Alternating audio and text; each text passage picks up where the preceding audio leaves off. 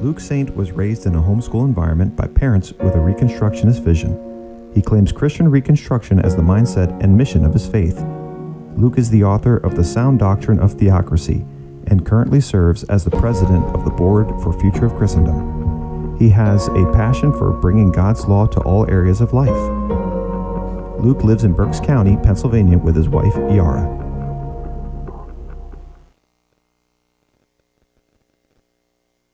Okay, well, now we're nodding our heads. Okay. Yes, as I was saying, yes, I recorded my own introduction. I usually don't talk about myself in the test. Okay, I usually don't talk about myself in the third person, but I was forced to, as Chris asked me to record all the bios, and so I did, and that's why you heard me talking about me. So, the cult of statism. Now, this one I'm probably, I suspect, probably not many people in this room, but many people watching this later, I believe I'm going to be stepping on a lot of toes. What I'm going to be saying here, and I'm not trying to step on toes. I'm trying to be faithful to the scriptures, and I'm trying to really help us as Americans, especially, deprogram the statist thinking and the statist paradigms of the way that we approach justice and law. Okay, so I'm going to start off here with some definitions here. A cult, an understanding of a cult. I'm going to give some definitions. I'm going to tell you the definition that I'm going with when I'm talking about statism as a cult. Okay, so number one, a religion regarded as unorthodox or spurious, also its body of adherents. For example, the voodoo cult or a satanic cult. Right. Next, we have a great devotion to a person, idea, object, movement, or work, such as a film or book. Criticizing how the media promotes the cult of celebrity, right? Number three, a system of religious beliefs and ritual, also its body of adherents, the cult of Apollo. And number four, a system for the cure of disease based on dogma set forth by its promulgator, health cults, things like that. Okay. What I'm going to be focusing on is the phrase in the second definition here, which I believe is very applicable to the idea of the cult of statism, a great devotion. That is what we Americans have.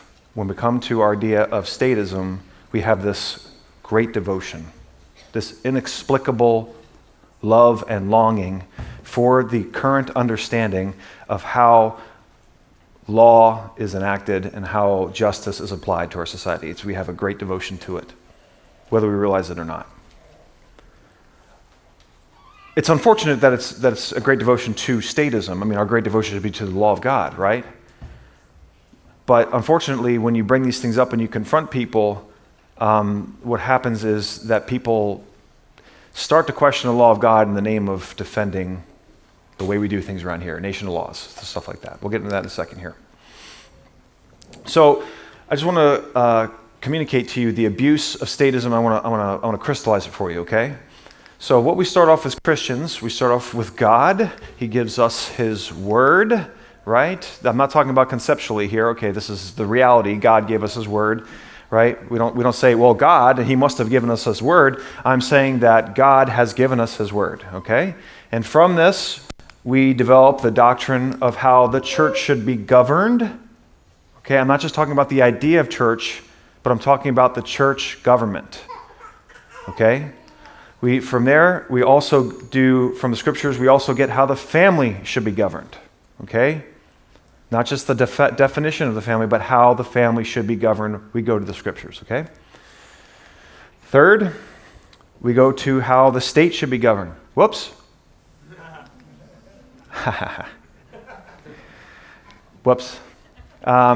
We should go, we get from the scriptures how the state should be governed, okay?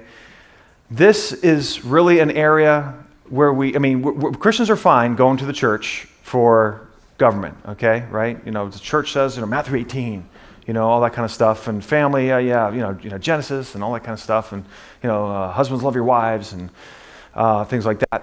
This is the big problem right here, okay? This is the big one. This is why it's a cult, okay? This is the big one. We will not do this. In fact, we'll take that arrow and flip it right back around. That's what we do. And we take the idea of this and we force it onto that, and then we find this, magically we find this wanting. We can't do biblical law. We're not a theocracy. Things like that. Okay? I just want to point out here real quick, there's two other governments, okay, because we usually go to three spheres of sovereignty, but there's two other governments that the Bible talks about here. I just want to point this out, that unfortunately, when we talk about sphere sovereignty, we neglect these. One is the individual. We go to the scriptures on how the individual should operate as well, right? And here's one that is absolutely neglected and abused, especially in this country and in Western culture: business. The Bible tells you how to run your business. Does it give you everything about when your employees should start? No, I'm not talking about that. But it gives laws that just talk about business and nothing else. I'm going to go into some examples here. So the Bible gives us laws for the state. You shall appoint judges and officers in all your towns that the Lord your God is giving you according to your tribes. They shall judge the people with righteous judgment, Deuteronomy 16. That's for the state. That's not for the church. That's not for the family. It's not for the individual. It's not for the business. That's for the government. Okay? Tells us how to run our governments. Here's a law for the church. So I exhort you, the elders among you, as a fellow elder and a witness of the sufferings of Christ, as well as a partaker in the glory that is going to be revealed. Shepherd the flock of God that is among you, exercising oversight, not under compulsion, but willingly as God would have you, not for shameful gain, but eagerly, not domineering over those in your charge, but being examples to the flock. That's a rule for the church. That's not the family. That's not the state. That's not a business. That's not an individual. That is for officers in the church. Okay? The law for the family. You shall teach them diligently to your children. You shall talk of them when you sit in your house, when you walk by the way, and when you lie down, and when you rise. Deuteronomy 6:7. That is a commandment given to the parents to your children. Not for the state, not for the church, not for the business, not for the individual. Okay? That is for the parents to teach your children. Okay? Laws for the individual. You shall not see your brother's donkey or his ox fallen down by the way and ignore them. You shall help him to lift them up again. Okay? That's not for the church. You can't hand that one off and say, well, my pastor has to do it. I can't do it. That's not for the business. That's not for the state. All right? We don't, have our monies taken away from us so that someone else can do it and not me. I call 911. I help them. Okay? That's for the individual. And law for business. The wages of a hired worker shall not remain with you all night until the morning. Uh-oh. I know some business owners in here who have definitely kept the wages that I have earned from them overnight, and I'd say over a week. Okay, I'm just joking, but this is a law that has to do with the business. This is not for the state. This is not for the church. It's not for the individual. It's not for the family. This is for a business. This is about a business transaction between two people. Okay? So the Bible tells us how to run these governments. Now, I'm going to give you a definition of what I'm talking about when I say the word statism here, okay? It's a concentration of economic controls and planning in the hands of a highly centralized government, often extending to government ownership of industry. I have a problem with this definition. Ownership of, often extending to government ownership of industry. This is from Merriam-Webster, online Merriam-Webster, not the the big hulking book that you have in your grandpa's library. Often extending to government ownership of industry. Just industry? Government ownership of education? Government ownership of healthcare? Government ownership of everything? Industry. Boy, that is an understatement. We've got to understand what statism is. Statism doesn't just abuse industry. I could be totally uninvolved with industry and still be punished, sent to jail, have nothing to do with industry, and yet still I interact with the state. How's that possible? So, when I talk about statism, this is what I mean. Let me just differentiate here. Okay, so the abuse of God's law by the family, we call that clanism or tribalism. Okay, this is the family instituting their abuse of the law. We call this clanism or tribalism. The abuse of God's law by the church is called popery, for lack of a better term. When the church abuses God's law, it's just, for lack of a better term, we call it popery.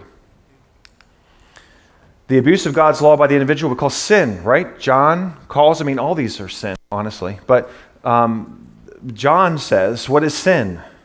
Can anyone know, what does John call sin? What is it? Lawlessness. The abuse of God's law by the individual we call sin. And the abuse of God's law by the business, we call it crony capitalism or corporatism. Okay? Now, all these are sin. Don't be confused about what I'm saying here.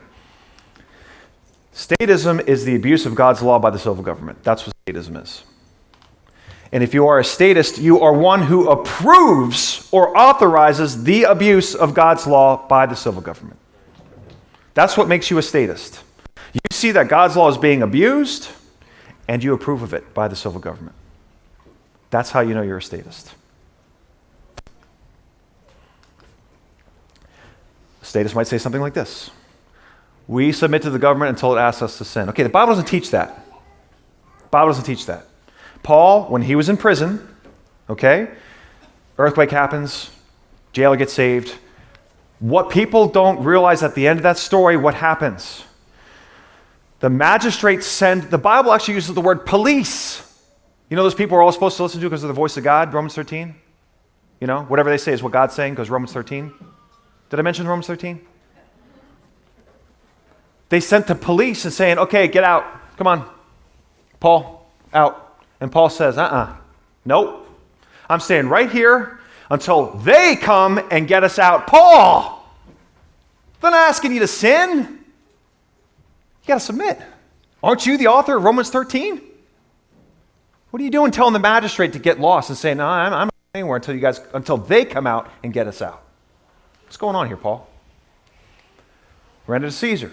The Bible verse that every pagan, once they leave the church, takes with them. Okay? And we don't live in a theocracy. Okay, these are common phrases by statists. No, I'm not going to say that everyone who says these is a statist, but I do believe that statists say these kinds of things. Oh, here's a fun one. Property is theft. Okay? That's like super statist, like all cards on the table. I'm a statist. Yes, property is theft. Okay. But what makes statism a cult? We're called by Christ to be ambassadors of Christ. That means we represent His interests, not mine, not my nation's, not my family's, His interests. I'm not an ambassador of my family. I'm not an ambassador of America. I'm not an ambassador of the Constitution. I'm an ambassador of Christ. Whatever that means, I represent His interests.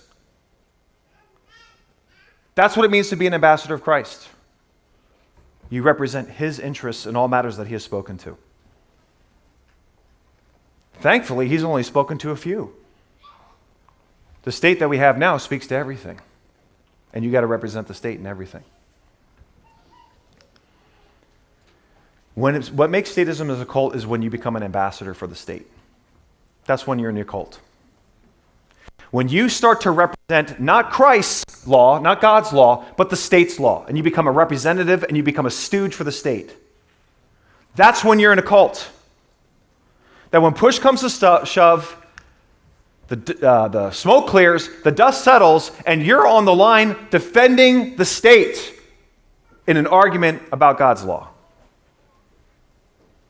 Now, I'm not talking about, there's the speed limit says 40, and if you don't go 45 or 40 through this area, you could put yourself at risk for an accident. I'm not talking about you're not being an ambassador for the state at that point, okay? What I am talking about is if you do 41 in a 40, you're in sin, and I cannot tell you how many people I've talked to who call themselves theonomists who say, yes, that's a sin. You're sinning if you speed. And they always go to speed limits. I don't know why we always go to speed limits. But let me tell you, that is so asinine and ridiculous to say that you're sinning. On the white throne judgment, the Lord's going to judge you by His law. Then He's going to pull out the Pennsylvania code book. Here's where you went 66 and a 65. Are you kidding me? You know why I use that voice? Because the way that they talk about it, you're not talking about God, you're talking about Santa Claus. God doesn't judge us according to man's law. Yes, we submit to the government, but that doesn't mean we can't criticize it. That doesn't mean we can't reform it. It doesn't mean we can't change it and influence it. But the way that what a statist cultist does is when you try to influence the government, when you try to speak about the injustice, they roll out Romans 13 to tell you, yeah, you can't even talk about this. I'm going to shut down the conversation. I'm going to tell you, you're not even allowed to criticize the government because they passed a law saying you can't criticize the government in Romans 13. Silliness. That's cult-like behavior. The inability to see the foolishness of what you're saying by saying to someone, yes, when you speed, you're in sin. I cannot tell you how many people, they say, hey, I'm a theonomist, and I believe that. I'm going to give you a biblical example of statism played out. Most of us know what's going on here. Now, the chief priests and the whole council were seeking false testimony against Jesus that they might put him to death, but they found none though many false witnesses came forward. Just keep in mind these two verses here. For many bore false witness against him, but their testimony did not agree. And some stood up and bore false witness against him, saying, we heard him say, I will destroy this temple that is made with hands, and in 3 days I will build another not made with hands. Yet even about this their testimony did not agree. Pilate said to them, take him yourselves and judge him by your own law. The Jews said to him, it is not lawful for us to put anyone to death. We found this man misleading our nation, forbidding us to give tribute to Caesar, and saying that he himself is Christ, a king. Pilate said to them, shall I crucify your king? The chief priests answered, we have no king but Caesar. Do you see the descent into statism here? Do you see the downward trajectory? They start by trying to put Christ to death using his own law. 2 or 3 witnesses with a trial in front of judges. But it didn't work. The most innocent person who ever lived could not be put to death using God's law. Are you listening? Where did they have to go to put Christ to death? They had to go to the state because God's law was ineffective against Christ. And they even wanted to. We knew they were corrupt. We knew they were looking for an excuse to put this man to death. They wanted it so bad. They had false witnesses, they had false judges, and they still couldn't do it. How effective is God's law for the innocent against the wicked? You see this right here, that Christ could not be put to death even when his own law was abused. What a law! What a process! But where did they go to put Christ to death? They couldn't use his own law, so they had to go to the state. Statists! Cultists! And they said, let his blood be upon us and their children. And brother, let me tell you, it was. The cult of statism realizes itself in using or desiring the state to abuse both its authority and others in the name of our own interests. The antidote, of course, is God's law. Not only God's law, but knowledge of God's law. Not only knowledge of God's law, but can you just believe what God's law says about itself? That it is the standard of justice. People just don't believe that. They don't believe it. Yeah, I heard what you say, but Aquinas. 4 categories of law. Yeah, but Aristotle said. I have a question for you. I was talking with Jesse about this earlier. Can a cannibal in the wilderness who discovers the Bible in his own language, does he have enough to establish justice in the land? If you say no, you're a statist. No, he doesn't have enough. He missed some key points that Aristotle needs to fill us in on. And missionaries, when you go into the brush, you need to have a Bible in your left hand, and you need to have Aristotle and Aquinas in your right. And if you don't put that into their language, they're lost. They can't do justice. You're a statist. Here's the one we've been saying all day. I'm so glad we've been saying it all day. To the law and the testimonies, if they do not speak according to this word, it is because they have no dawn. That's the antidote. You compare what the state is saying with the law of God. That seems to be the antidote, really, of almost all these cults. The Lord was pleased for his righteousness' sake, to magnify his law and make it glorious. Please do that in your own heart. Is the law glorious to you, or is it just some weird, oh no, we're talking about mixing fabrics things again? Is the law glorious? It's glorious to God. You know, it's quite a thing to deliver the law in majesty and cloud and all on the top of Mount Sinai. That's quite a thing to do. Is the law glorious in your own heart and mind? I'm not talking about the law doesn't save, okay? Nobody's saying that. But is the law glorious to you? He made it glorious. And the antidote to statism in your heart and your mind, you must magnify the law of God. The psalmist says, I lift my hands to your commandments. Something to think about. Thanks for your attention.